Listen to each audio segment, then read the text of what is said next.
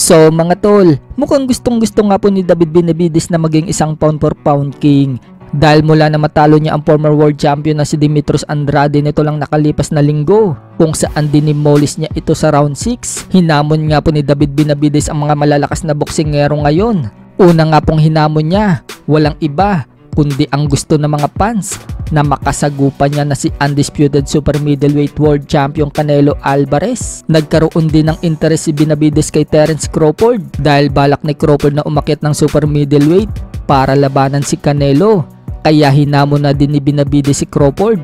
Balak nga din po umakyat ni Benavidez ng light heavyweight para sagupain ang nooy tumalo kay Canelo Alvarez na si Dimitri Bivol. Great fight daw yan sa pagitan nila. Naka-sparring na daw kasi niya itong si Bivol. Hindi naman daw niya sa dinidiscredit si Bivol, pero alam daw niya kung ano ang magiging ganap kung sakaling maglaban daw sila. Very cool boxer nga daw itong si Bivol. Isang chance umano ito kung ito ang makakalaban niya para sa kanyang karera. Gusto nga po ni Benavidez na maging best boxer at alam daw niyang magsasaksid daw siya. Bukod dyan, pati ang knockout artist na si Unified Light Heavyweight World Champion Artur Beterbiev gusto din daw niya makalaban. So mukhang wala talagang inaatrasan ngayon si Benavidez. Sa isang interview nga po, natanong si Benavidez kung ginagaya daw ba nito si Terence Crawford at Mayweather na slow starter.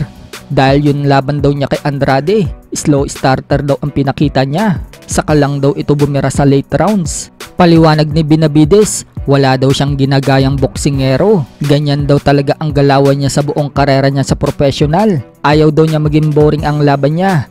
Gusto niya maging exciting ang bawat laban niya, katulad daw ng kay Manny Pacquiao na iniidolo niya. Minsan na nga pong nakasama ni David Benavidez si Pacquiao sa training camp sa Wildcard Gym. Speaking of Manny Pacquiao mga tol, naka-sparring na nga po ni Pacquiao ang kapatid ni David Benavidez na si Jose Benavidez Jr. Noong 17 years old pa lang si Jose Benavidez. At kung hindi tayo nagkakamali mga tol, nasa 30 years old naman dyan si Manny Pacquiao. Panoorin natin mga tol ang highlights ng sparring ni Pacquiao versus Benavidez.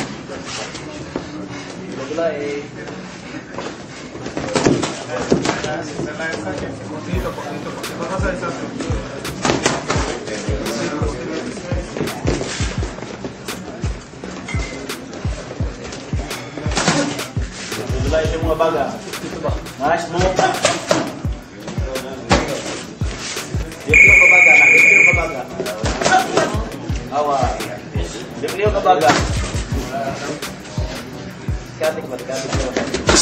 Balas. Di kayo halata ba?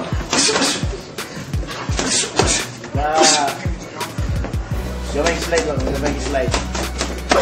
Slide lang.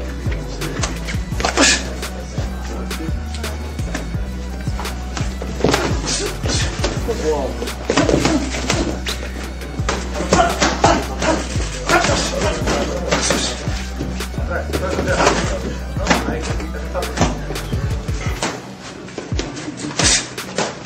Jab niya.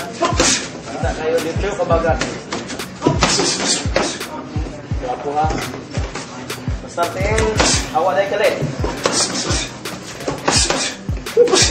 Awa sa tingin kita.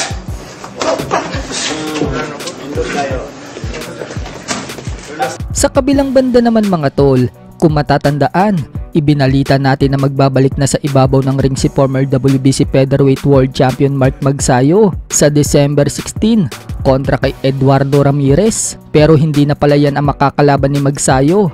Sa latest update po kasi na lumabas kahapon, si Mexican Isaac Abilar na ang makakalaban niya. May record na 17 wins and 6 losses. Ngayong December 9 na ang laban sa Long Beach, California, USA. 10 rounders bout sa Super Featherweight Division.